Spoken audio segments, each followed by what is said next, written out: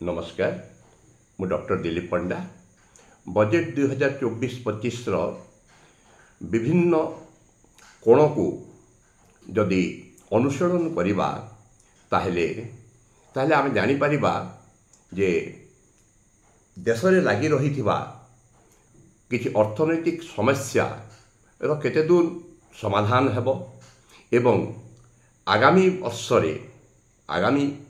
वर्ष गुड़ी करे यह कि प्रकार दिग दिशा एवं दिग्दर्शन देव अर्थनीति एवं समाजनीति को क्यों प्रच्छद पटरे यही बजेट तैयारी होईची ताहा जानिबा निहाती गुरुत्वपूर्ण जेमिति कि जदि साधारणतः बजेट जेते बेले तैयारी करा जाए प्रस्तुत करा जाए सेते बेले गोटे ब्रोड ऑब्जेक्टिव्स नहीं कि ताकू प्रस्तुत करा जाए आउ ताकू संक्षिप्त से ब्रोड ऑब्जेक्टिव्स गुड़ाक होउछि जे नंबर 1 इकोनॉमिक ग्रोथ अभिवृद्धि विकास, नंबर 2 स्थिरता अर्थनैतिक स्थिरता इकोनॉमिक स्टेबिलिटी विदाउट इन्फ्लेशन और deflation, number 3 to generate employment जे रोजगार केमती बढ़िबो ब्रोडली ए तीनोटी मैक्रो ऑब्जेक्टिव्स को नहीं कि गोटाए बजेट रो दिग दिशा एवं दिग्दर्शन निर्णय करा जाए किंतु अर्थनीति रो परिधि भितरे बजेट तैयारी होउथिले मध्य एहा राजनीतिर चापरु मुक्त नुहे कहिना आमे पॉलिटिकल इकोनॉमी को जते बेले आमे आलोचना करूं सेते बेले स्वतः प्रवृत्त राजनीति एवं अर्थनीति परस्पर सहित जड़ित हो जाती एहाकू निश्चित भावरे भिन्न करबा संभव नुहे सेहितिपई एई बजेट घटी सारिथिबा सद्य घटी सारिथिबा लोकसभा निर्वाचन प्रच्छद पटरे ही याकू प्रस्तुत करा हेछि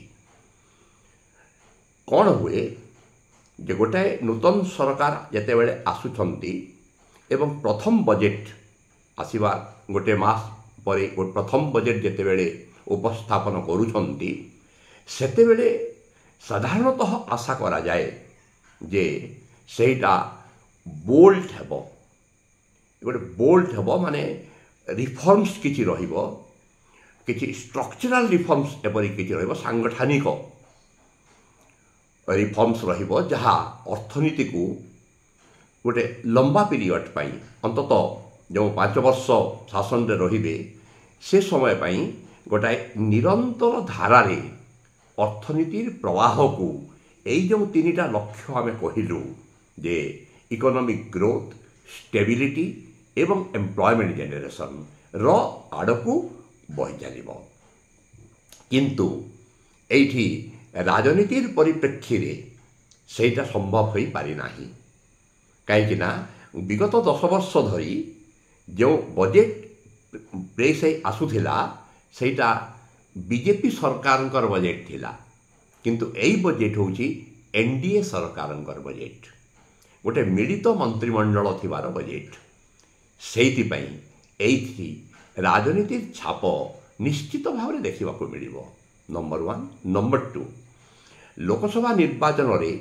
भारतीय जनता पार्टी रो जो 63टी आसन कमी जाइए 303 टू 240 हो जाइए तार कारण अनुध्यान करी ताको निराकरण केमती करा जिवो सेही पदक्षेप मध्य एई बजेट रे तार प्रतिफलन देखा मिले जे सेठी पॉलिटिकल नैरेटिव एई हिंदुत्व किंबा धार्मिक नैरेटिव जोटा भारतीय जनता पार्टी रो तार गोटे counter narrative India alliance particularly मुख्यतः अखिलेश यादव एवं राहुल गांधी उत्तर प्रदेश रे ସେଇଠି ଆର୍ଜେଡି ସହିତ ତେଜସ୍ୱୀ ଯାଦବଙ୍କ ସହିତ ବିହାରରେ ସେ ଯେଉଁ ସୋସିଆଲ ଜଷ୍ଟିସ୍ର କଥାକୁ ଉଠେଇକି ସାମାଜିକ ନ୍ୟାୟ ଏବଂ ତତ୍ସଂଲଗ୍ନ ଯେଉଁ ଅର୍ଥନୀତିକ ଦୁର୍ଦ୍ଦଶା, ଯାହାକି ବେରୋଜଗାରୀର ଗୋଟାଏ ମନଷ୍ଟର ରୂପ, ଗୋଟେ ରାକ୍ଷସ ରୂପକ ଅନଏମ୍ପ୍ଲୟମେଣ୍ଟ, ବେରୋଜଗାରୀ ଗୋଟେ ରାକ୍ଷସ ରୂପ ଧାରଣ କଲାଣି ଦେଶରେ ଏବଂ ଦେଶର ଯୁବାବର୍ଗ ଅତିଷ୍ଠ ହୋଇଗଲେଣି ଯେ ଏମିତି ନ ହେଉ ଯେ ସେମାନେ ରାସ୍ତାକୁ ଚାଲି ଆସିବାର ଅବସ୍ଥା ହେଲାଣି। ଅନେକ ସମୟରେ ଆମେ ସେଟା ଦେଖୁଛୁ, ରେଲୱେ ଷ୍ଟେସନରୁ ଆରମ୍ଭ କରିକରି ବସ୍ଷ୍ଟାଣ୍ଡ ପର୍ଯ୍ୟନ୍ତ ଯେଉଁ ପ୍ରକାରେ ଗୋଟେ ଚତୁର୍ଥ ଶ୍ରେଣୀର ପଦବୀ ବାହାରିଲେ ମଧ୍ୟ ଯେଉଁ ଲକ୍ଷ ଲକ୍ଷ ସଂଖ୍ୟାରେ ଯୁବକ ଯୁବତୀମାନେ, ଶିକ୍ଷିତ ଯୁବକ ଯୁବତୀମାନେ ଯେଉଁମାନଙ୍କର ହାୟର ଡିଗ୍ରୀ ରହିଛି ସେମାନେ ଯାଉଛନ୍ତି, କିନ୍ତୁ ପରେ ଦେଖିଲା ବେଳକୁ କୋଶ୍ଚିନ୍ ଲିକ୍ ହେଇସାରିଛି, ପରୀକ୍ଷା ରଦ୍ଦ ହେଇଯାଉଛି। ତ ଏଇ ଯେଉଁ ଭିଡ଼, ଛାତ୍ର ଯୁବକଙ୍କର ଯେଉଁ ଭିଡ଼ ବେକାରୀ ସମସ୍ୟା ଯୋଗୁଁ ଗୋଟାଏ ଚାକିରି ପଛରେ, ସେଇଟାକୁ ଇଣ୍ଡିଆ ଆଲାଏନ୍ସର ରାହୁଲ ଗାନ୍ଧୀ ଏବଂ ଅଖିଳେଶ ଯାଦବ, ତେଜସ୍ୱୀ ଯାଦବ ସେମାନେ ତାକୁ ଦୃଢ଼ ଭାବରେ, ଶକ୍ତ ଭାବରେ ସେଇଟାକୁ ପେଶ କରିପାରିଲେ ନିର୍ବାଚନ ପ୍ରଚାର ସମୟରେ ଏବଂ ତହିଁ ସହିତ ଯୋଡ଼ିଦେଲେ ଦରବୃଦ୍ଧି ପ୍ରସଙ୍ଗକୁ। କାହିଁକିନା ଦରବୃଦ୍ଧି ପାଇଁ ନିମ୍ନ ଅର୍ଥନୈତିକ ଶ୍ରେଣୀର ଲୋକଙ୍କଠୁ ଆରମ୍ଭ କରିକି ମଧ୍ୟବିତ୍ତ ଶ୍ରେଣୀ ପର୍ଯ୍ୟନ୍ତ ଯେଉଁ ଦୁର୍ଦ୍ଦଶା ଭୋଗୁଛନ୍ତି ସେଟା ସମସ୍ତଙ୍କୁ ଜଣା। ତ ଏଇ ଯେଉଁ ଦୁଇଟି ଫ୍ୟାକ୍ଟର ରହିଲା ଯେ ଯଦି ଆମେ ସେ ବ୍ରୋଡ୍ ଅବଜେକ୍ଟିଭ୍ସର ଆମେ ଯଦି ଅଭିବୃଦ୍ଧିର କଥା ଦେଖିବା, ତାହେଲେ ଗ୍ରୋଥ୍ ରେଟ୍ ସ୍ୱାଭାବିକ ଭାବେ ସନ୍ତୋଷଜନକ ଭାବରେ ବଢ଼ି ଚାଲିଛି ଏବଂ ଏଇଠି ମଧ୍ୟ ଗୋଟେ କନଜରଭେଟିଭ୍ ଏଷ୍ଟିମେଟ୍ରେ ଅର୍ଥନୈତିକ ସର୍ଭେରେ 6.5 to 7 ଭିତରେ ହେବ ବୋଲିକି ଏଷ୍ଟିମେଟ୍ ଦିଆଯାଇଛି। ତ ଗ୍ରୋଥ୍ ରେଟ୍ ବାବଦରେ କିଛି କହିବା ନାହିଁ, କିନ୍ତୁ ବିଗତ 10 ବର୍ଷ ଧରିକି ଯଦି ଗ୍ରୋଥ୍ ରେଟ୍କୁ ଦେଖାଯିବ ଯେ ଗ୍ରୋଥ୍ ରେଟ୍ ହେଉଛି, ଜିଡିପି ବଢ଼ୁଛି ଏବଂ ସେଇଥିପାଇଁ ସରକାର ବାରମ୍ବାର ଛାତି ଫିଟିକି କହୁଛନ୍ତି ଯେ ଆମେ ଲାର୍ଜେଷ୍ଟ ଗ୍ରୋଇଂ ଇକୋନୋମି, ଆମେ 5th ଲାର୍ଜେଷ୍ଟ ଇକୋନୋମି, ଆମେ 3rd ଲାର୍ଜେଷ୍ଟ ହେଇଯିବୁ, ଆମେ 2nd ଲାର୍ଜେଷ୍ଟ ହେଇଯିବୁ କିଛି ଦିନ ପରେ। ମ୍ୟାକ୍ରୋ ଲେଭେଲରେ ଯାହା ଘଟୁଛି, ଏଇ ଯେଉଁ ବିକାଶର କଥା, ଅଭିବୃଦ୍ଧି ହାରର କଥା, ତହିଁ ସହିତ ସାଧାରଣ ଜନତାଙ୍କର ଦୈନନ୍ଦିନ ଅର୍ଥନୈତିକ ସ୍ଥିତିର କୌଣସି ସମ୍ପର୍କ ନାହିଁ। ମାନେ ତାର ପ୍ରକୃତ ପ୍ରତିଚ୍ଛବି ଯେ ଲୋକମାନେ ତୃଣମୂଳ ସ୍ତରରେ ଯେ କି ପ୍ରକାର ଅର୍ଥନୈତିକ ସ୍ଥିତି ଦୁଃସ୍ଥିତିରେ ରହୁଛନ୍ତି, ତାର ପ୍ରତିଫଳନ ଆପଣ ଜିଡିପି କିମ୍ବା ଗ୍ରୋଥ୍ ରେଟ୍ ଦେଇକି ସେଠୁ ପାଇପାରିବେ ନାହିଁ। ସେଥିପାଇଁ ଏହି ସରକାର ଏମ୍ପ୍ଲୟମେଣ୍ଟ ଜେନେରେସନକୁ ଅଧିକ ଗୁରୁତ୍ୱ ଦେଇଛନ୍ତି ଏବଂ ଗୁରୁତ୍ୱପୂର୍ଣ୍ଣ ବିଷୟ ଯେଉଁଗୁଡ଼ାକ ଉପରେ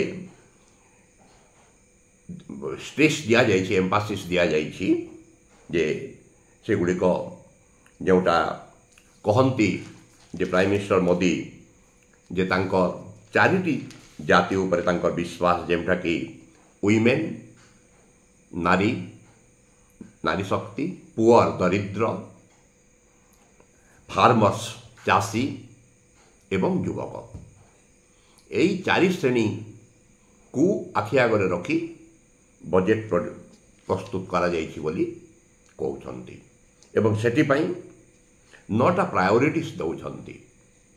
ଏମ୍ପ୍ଲୟମେଣ୍ଟ ଜେନେରେସନ୍ ପାଇଁ ଦେଖନ୍ତୁ, ଆମର ଏଇ ଯେଉଁ ଅର୍ଗାନାଇଜ୍ ସେକ୍ଟର ଏବଂ ଅନଅର୍ଗାନାଇଜ୍ ସେକ୍ଟର, ଯେ এইটি বজেটরে গোটে প্রভিজন রখাଯାଇଛି যে ইন্টর্নশিপ ଯେଉଁମାନେ କରିବେ ସେ ଇଣ୍ଟର୍ନସିପ୍ କରିବା ପାଇଁ 500ଟି ଫାର୍ମକୁ ଚୁଜ୍ କରାଯାଇଛି, ଯେଉଁଠିକି 5,000 ଟଙ୍କା ଗୋଟାଏ ଇଣ୍ଟର୍ନକୁ ଦିଆଯିବ ପ୍ରତି ମାସରେ,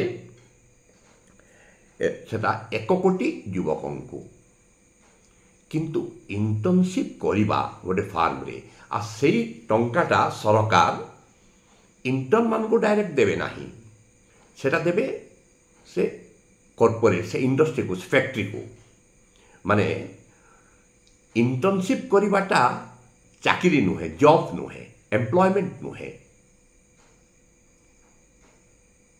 इंटर्नशिप करा जाए दक्षता वृद्धि पाई। से दक्षता वृद्धि हेला परे तापरे जड़े चाकरी अन्वेषण करिवो। तो प्रश्न होची जे सरकार निजर जो दायित्वबोध से दायित्वबोध निजे जेहेतु चाकरी सृष्टि नियुक्ति सृष्टि करि पारुना हंती सेति पाई से इंडस्ट्री फैक्ट्री मानकर उपरे निर्भर करिसंती।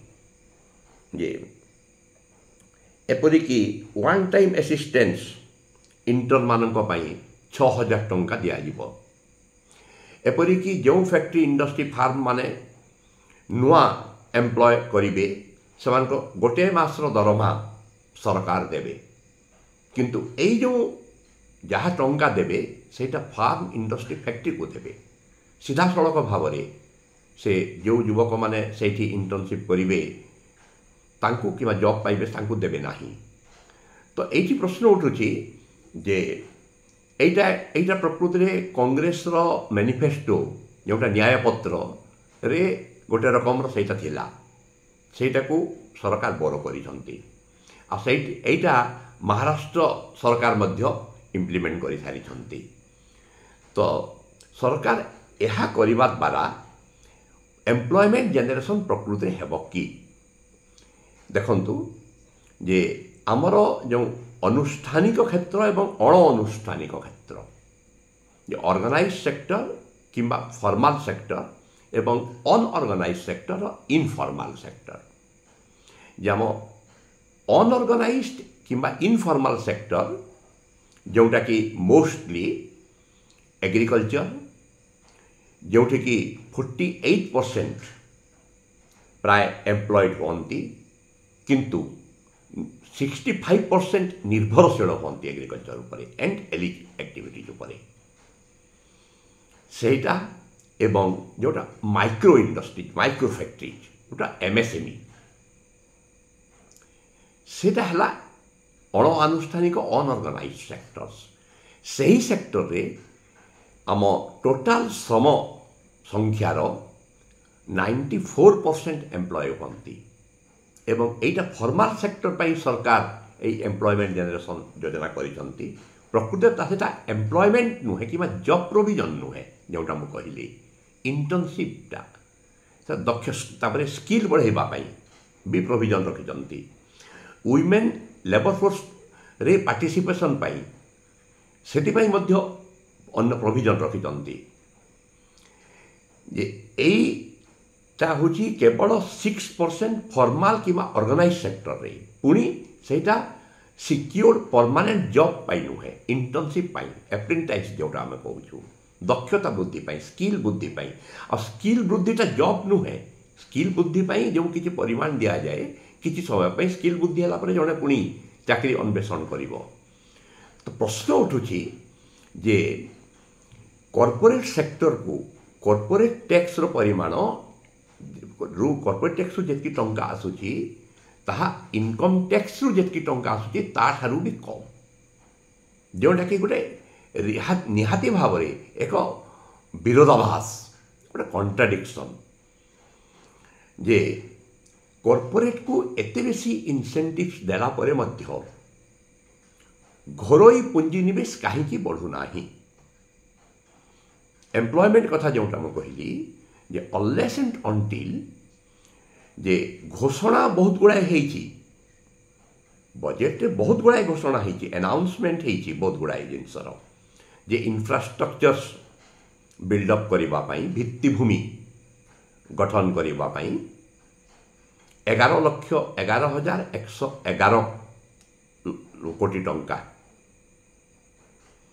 जोटा कि रोड रेलवे पोर्ट एटसेट्रा कि टूरिज्म डेवलपमेंट पाई मध्य सेटा एयर रे हो रेल रे हो रोड रे हो से सब डेवलपमेंट पाई हेबो जोटा कि सेठी किंतु देखंतु इंफ्रास्ट्रक्चर डेवलपमेंट रे जो इकोनॉमिक्स रे अछि जे जे जेते बेले आयटा जनक पाखक पहुँचे इनकमटा से जेते बेसी सेठू खर्च करिवो कंजम्पशन कंज्यूम करिवो सेते बेसी डिमांड बढ़िबो चाहिदा बढ़िबो एवं से चाहिदा बढ़िले से चाहिदा को मेंटाइबा पाई सप्लाई बढ़िबो प्रोडक्शन बढ़िबो जो एक घरोई पुंजी निवेश जो बढ़ू नाही तार मुख्य कारण होउची जे larger sections of the society those who depend upon the unorganised sectors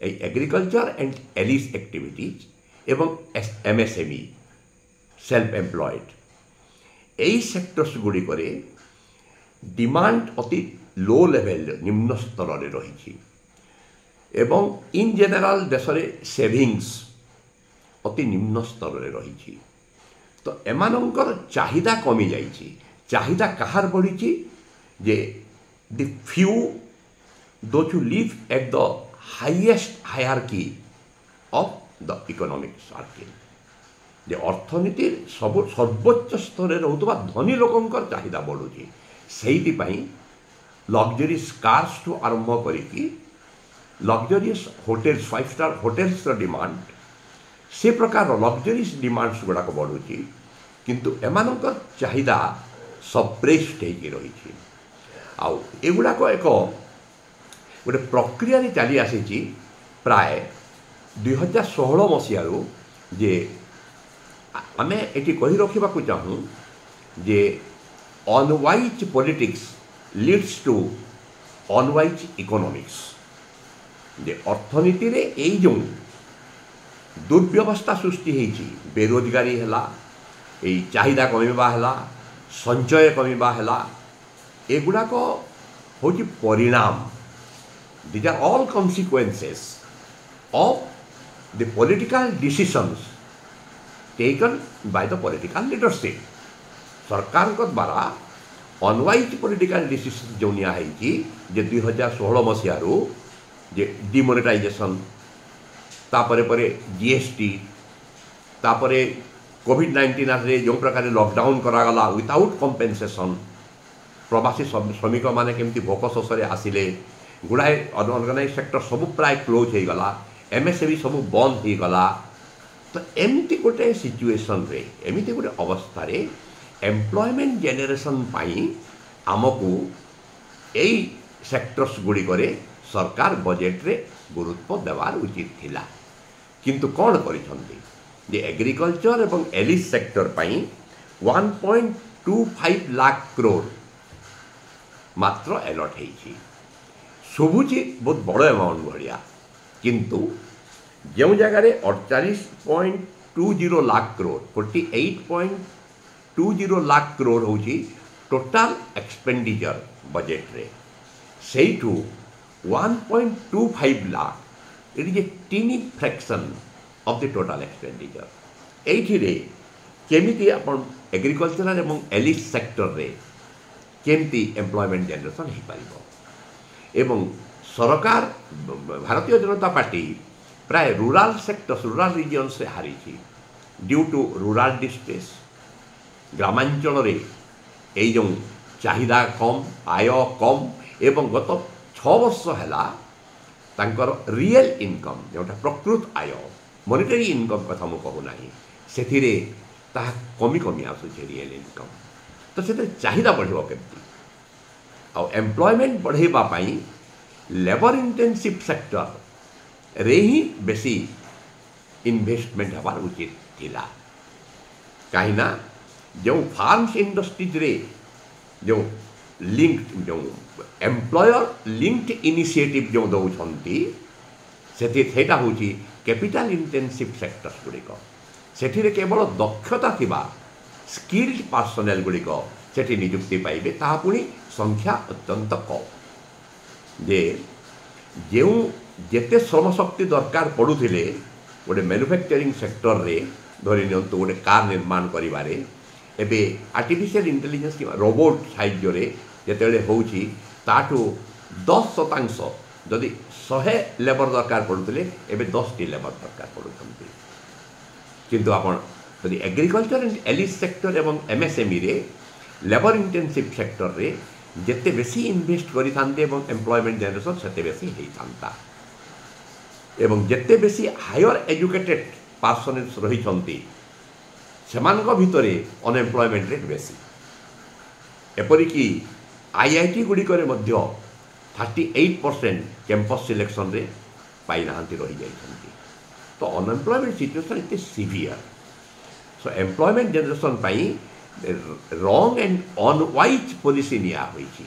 ଏହା କୌଣସି ପ୍ରକାର ଏମ୍ପ୍ଲୟମେଣ୍ଟ ଜେନେରେଟ୍ କରିପାରିବ ନାହିଁ।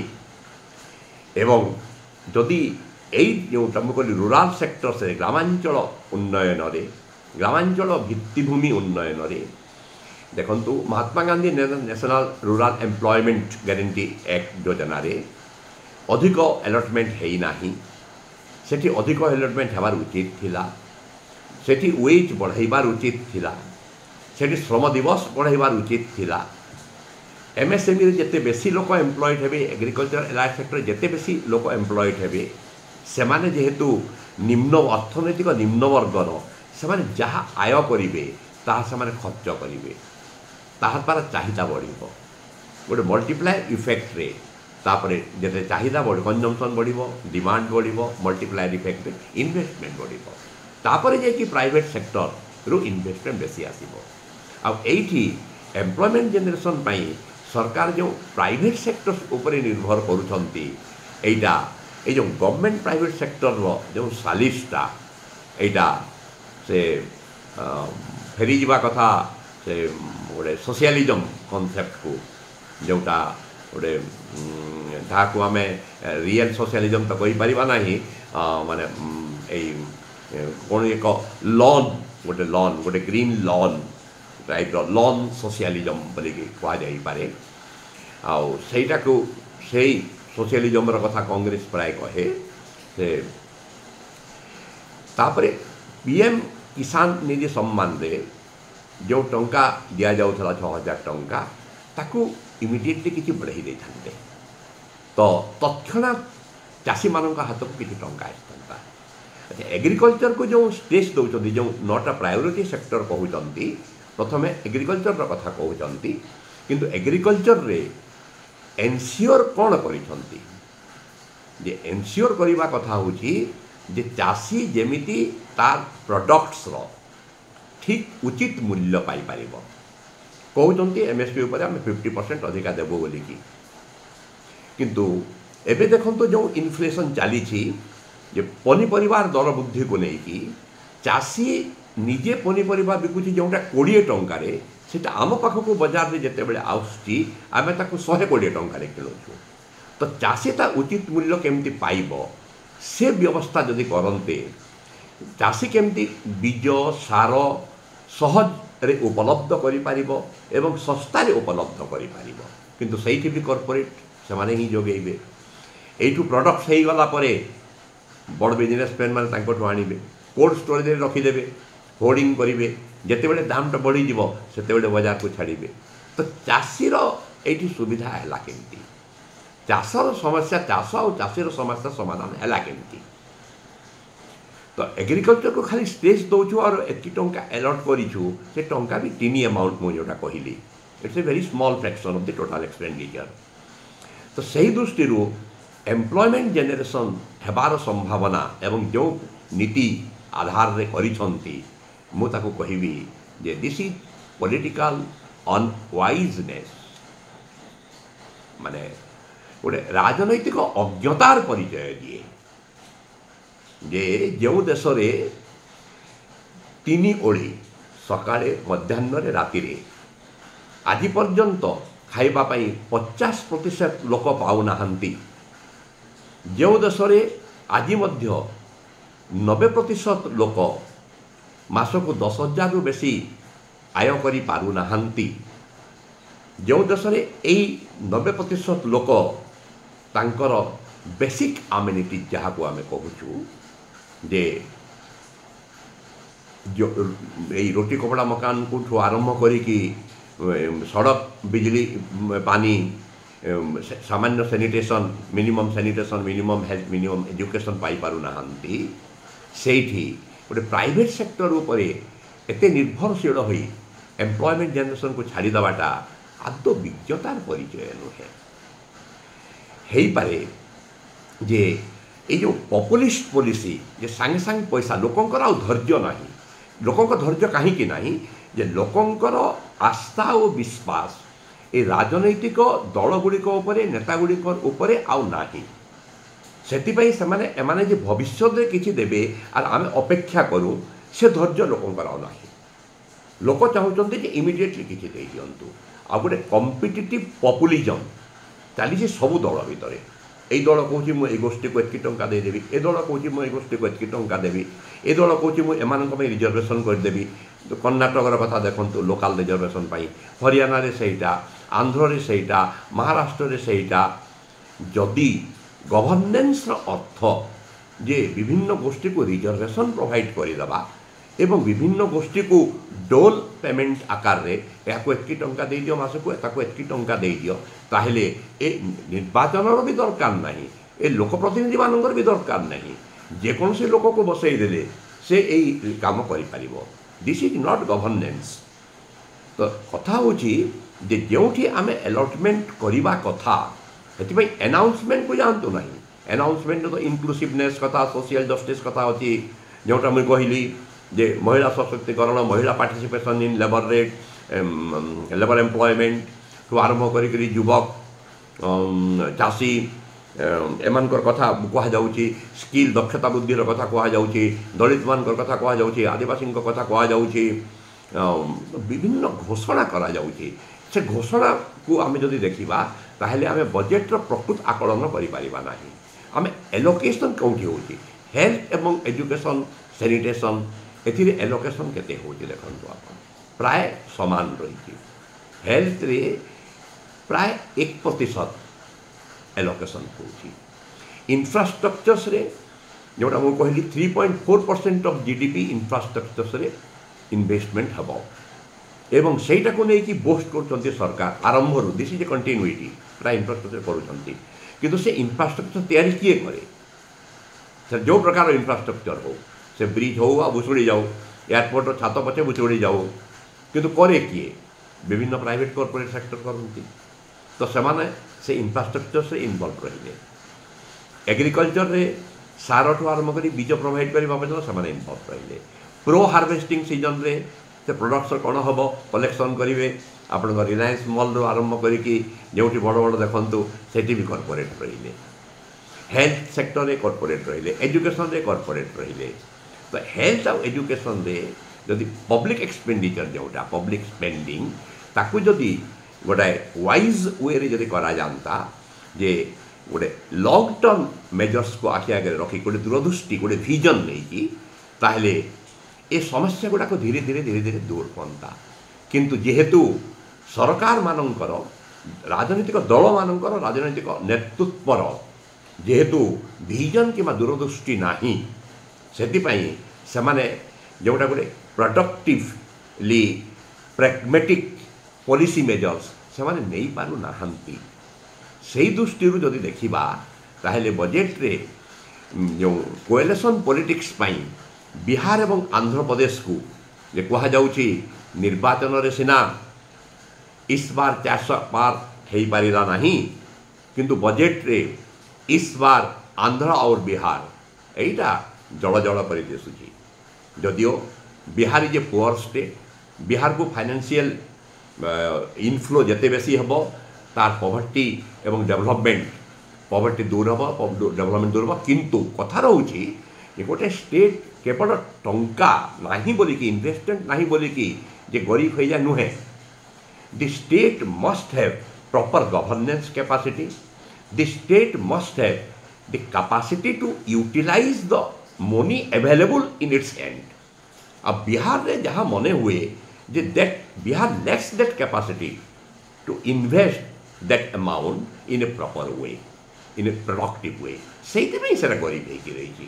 ଆନ୍ଧ୍ରପ୍ରଦେଶ ନୂଆ ହେଇଛି, ସେଠି ରାଜଧାନୀ ହେବା ଦରକାର, ସେଠିକୁ ଦିଆଯିବ, ସେ କୋଏଲେସନ୍ରେ ଥାଉ କିମ୍ବା ନଥାଉ, ସେଥିରେ ଏତେ ବେଶୀ କହିବାର ନାହିଁ। ଅଲଦୋ ଗୋଟାଏ ଫେଡେରାଲ୍ ସିଷ୍ଟମ୍ରେ ଗୋଟେ ବ୍ୟାଲେନ୍ସଡ ଏବଂ ଗୋଟେ equitable distribution of wealth and income ସବୁ ଷ୍ଟେଟ୍ସ ମଧ୍ୟରେ ହେବାର ଉଚିତ।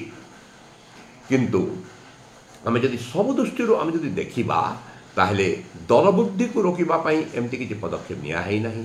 फिस्काल डेफिसिट को 4.9% को कमी जाइए, जोटा 5.1% थिला एवं आसंता आर्थिक वर्ष पाई ताको 4.6 रे सीमित करने मध्य धार्य करिसंती गोटे फिस्काल प्रूडेंस फिस्काल कंसोलिडेशन पाई। किंतु कथा होची जे 48.20 लाख करोड़ रो खर्च एवं सेथिरु जोटा ग्रॉस रेवेन्यू जोटा आसुची जे that will be 38.4 lakh crore.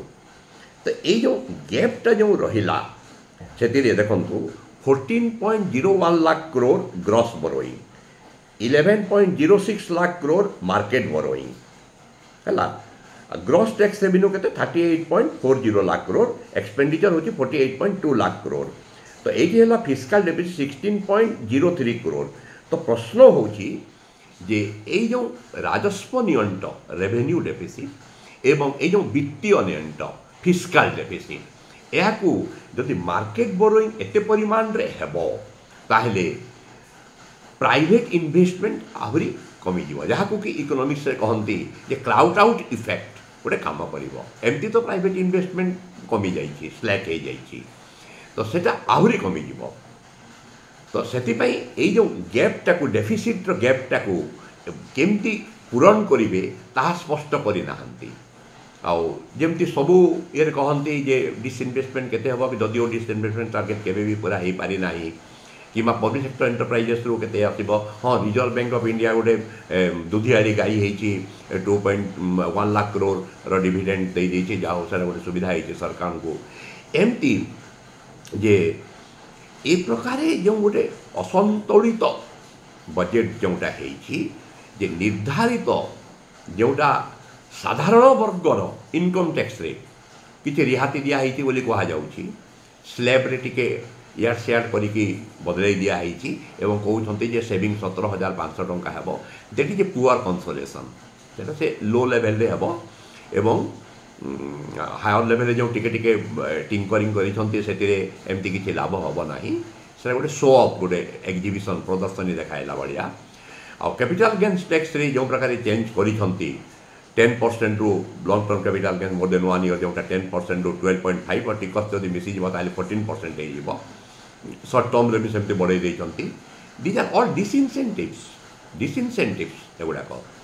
तो यही सब को जदि दृष्टि रखिकी आमे जो ग्रोथ ऑब्जेक्टिव्स कही जे ग्रोथ होची बट विदाउट जॉब्स आ जॉब जो गोटे ऑब्जेक्टिव एम्प्लॉयमेंट जनरेशन रो संभावना केते कम से मु कहली एवं इंफ्रास्ट्रक्चर आरंभ करी एग्रीकल्चर पर्यंत सबुठी कॉर्पोरेट एम्प्लॉयमेंट जनरेशन पर्यंत सबुठी कॉर्पोरेट सामिल, बिना कॉर्पोरेट रे सरकार चढ़ी पारु नाही। तो यही सब को जदि आमे देखिबा ताहले ए बजेट गोटे दिशाहीन दिगहीन नैराश्यजनक बजेट बोली आमे कहि पारिबा। नमस्कार।